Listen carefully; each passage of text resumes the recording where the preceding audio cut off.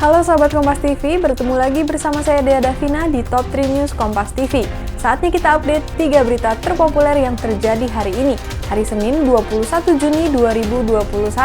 Sebelum kita masuk ke beritanya, buat kalian yang belum subscribe, klik dulu tombol subscribe-nya ya. Berita yang pertama, sahabat Kompas TV, ini ada seorang pemuda yang melepaskan tembakan ke udara di Jalan Profesor Djoko Sutomo di kawasan Kebayoran Baru, Jakarta Selatan. Polres Metro Jakarta Selatan hingga kini tengah menyelidiki peristiwa tersebut. Polres Metro Jakarta Selatan yang menangani kasus ini telah menggelar olah TKP di lokasi penembakan. Petugas berhasil temukan 2 selongsong peluru kaliber 9 mm yang diduga berasal dari senjata pelaku. Polisi telah memintai keterangan sejumlah saksi terkait insiden ini, termasuk menyelidiki beberapa titik yang menjadi perlintasan kendaraan pelaku melalui CCTV.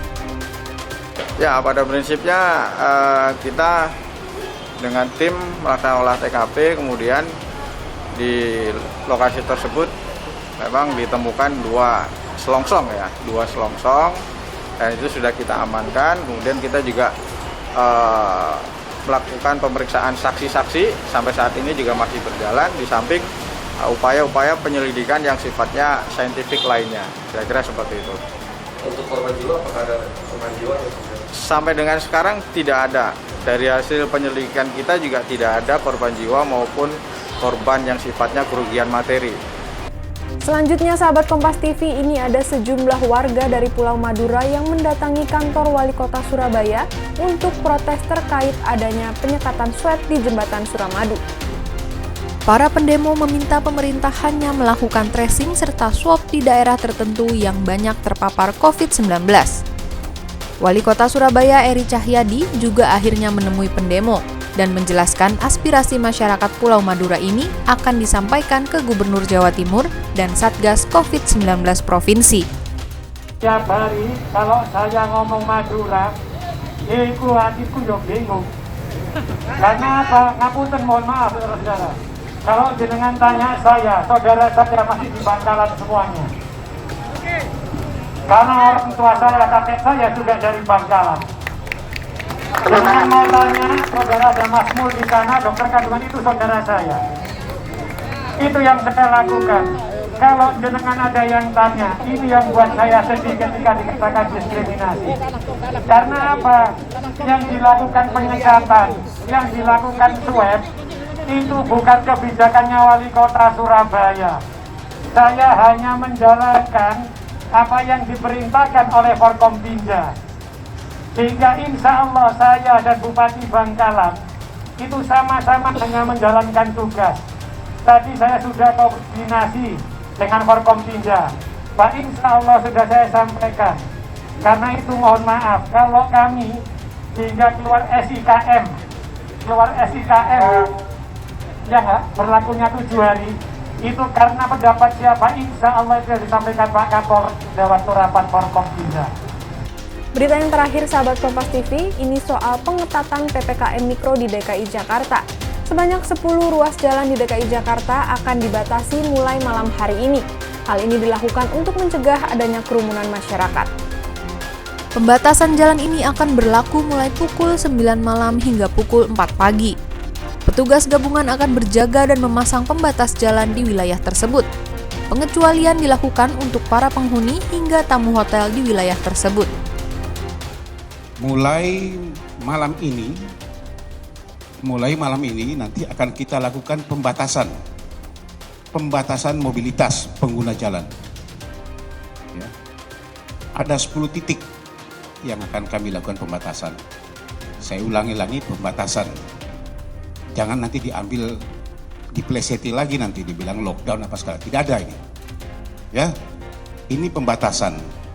Saya ambil contoh ada di daerah Bulungan. Iya, ada jual-jual apa? UMKM apa itu? Gultik namanya. Itu kalau datang malam ke sana itu penuh itu sampai tengah malam sampai subuh bahkan di situ. Nah, ini akan kita lakukan nanti pembatasan di sana. Cara bertindaknya nanti akan dijelaskan oleh Pak Dirlantas. Tetapi intinya bahwa kendaraan yang masuk sana kita selektif. Mulai pukul 9.00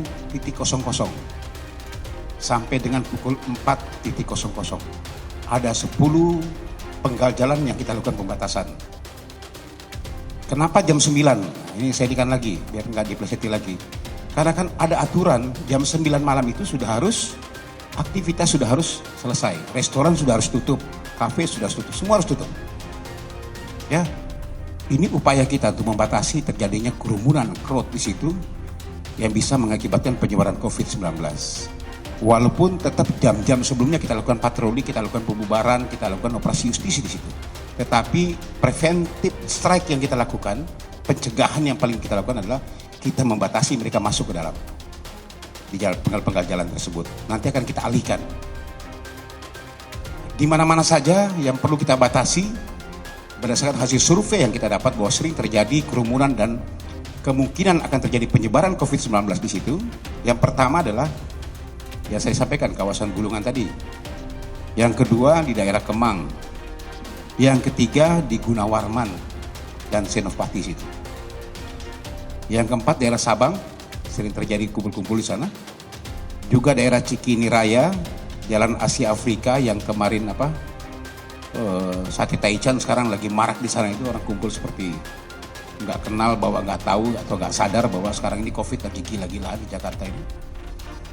Kemudian BKT Jakarta Timur, kawasan Kota Tua di Jakarta Barat, terus Boulevard Kelapa Gading Jakarta Utara, dan kawasan Pati Indah Kapuk 2 yang ada di Jakarta Utara sana. Nah, ini 10 titik. Mulai jam 9 sampai dengan jam 4. Ya. Pakai batas waktu nggak? Nanti pertanyaannya gitu.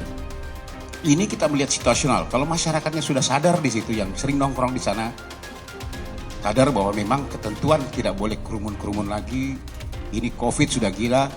Jakarta sedang tidak baik-baik saja. Ini harus disadari oleh masyarakat kita.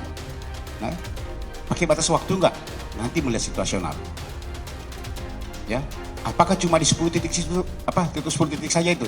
Juga melihat situasional. Kami akan dapat masukan dari masyarakat. Silakan Pak, di daerah sini juga sering terjadi Pak, misalnya daerah Ciledug Pak, jalan sekian. Nanti kami supaya kalau memang iya, kami akan lakukan juga pembatasan di sana. Ya. Jadi sifatnya adalah situasional. Sahabat Kompas TV, itu dia tadi 3 berita terpopuler yang terjadi hari ini. Sekarang saatnya saya Dea Davina pamit undur diri. Tapi sebelumnya jangan lupa untuk like, komen, dan juga share video ini ya. Sampai ketemu lagi di Top 3 News selanjutnya.